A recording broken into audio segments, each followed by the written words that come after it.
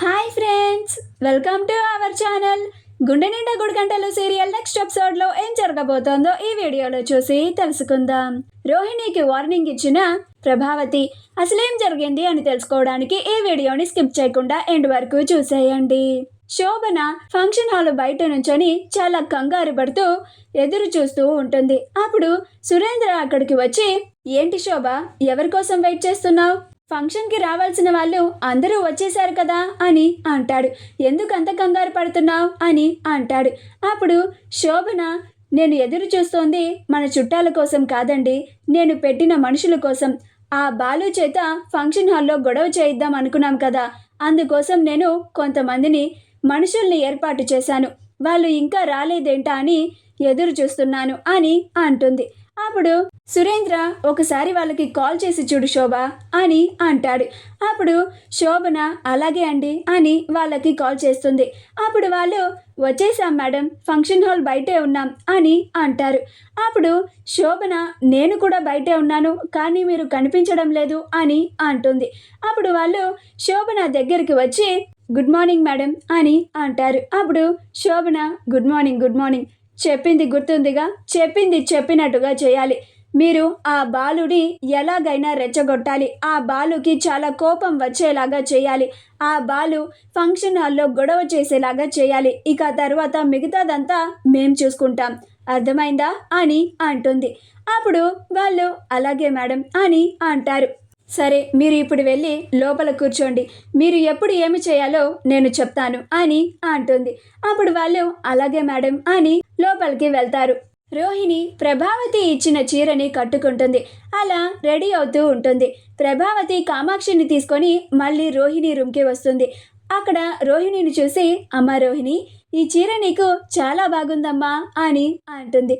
అప్పుడు రోహిణి మురిసిపోతూ, థ్యాంక్స్ అత్తయ్య అని అంటుంది.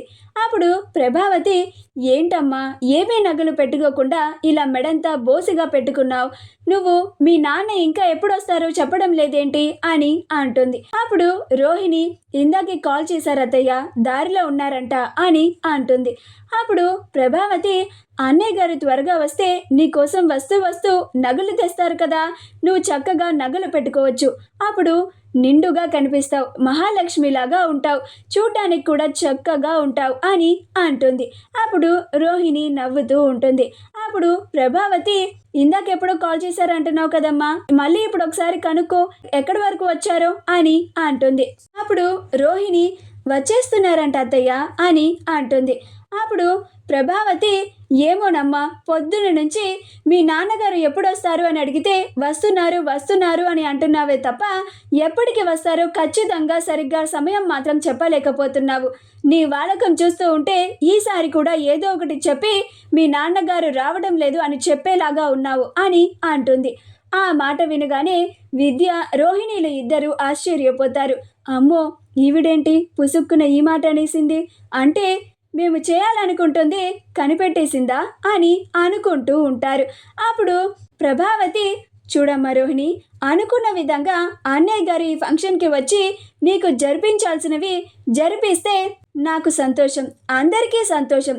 అలా కాకుండా ఎప్పటిలాగా బిజినెస్లో బిజీగా ఉన్నారు, కుదరలేదు, ఆ ఇబ్బంది వచ్చింది, ఈ ఇబ్బంది వచ్చింది అని చివరాఖరికి రావడం లేదు అని నువ్వు చెప్తే మాత్రం అసలైన సమస్య అప్పుడే మొదలవుతుంది, గుర్తుపెట్టుకో రోహిణి అని అంటుంది. అప్పుడు రోహిణి, అయ్యో అత్తయ్య, మా నాన్న ఆల్రెడీ స్టార్ట్ అయిపోయారు కదా, వచ్చేస్తారు, మీరు కంగారు పడకండి అని అంటుంది. అప్పుడు ప్రభావతి, సరే చూద్దాం ఎప్పటికి వస్తారు అని అంటుంది. మా వీడియో కనుక మీకు నచ్చినట్లయితే లైక్ చేయండి, షేర్ చేయండి, మా ఛానల్ని సబ్స్క్రైబ్ చేసుకోండి, పక్కనే ఉన్న బెల్ ఐకాన్ని క్లిక్ చేయడం మాత్రం మర్చిపోకండి.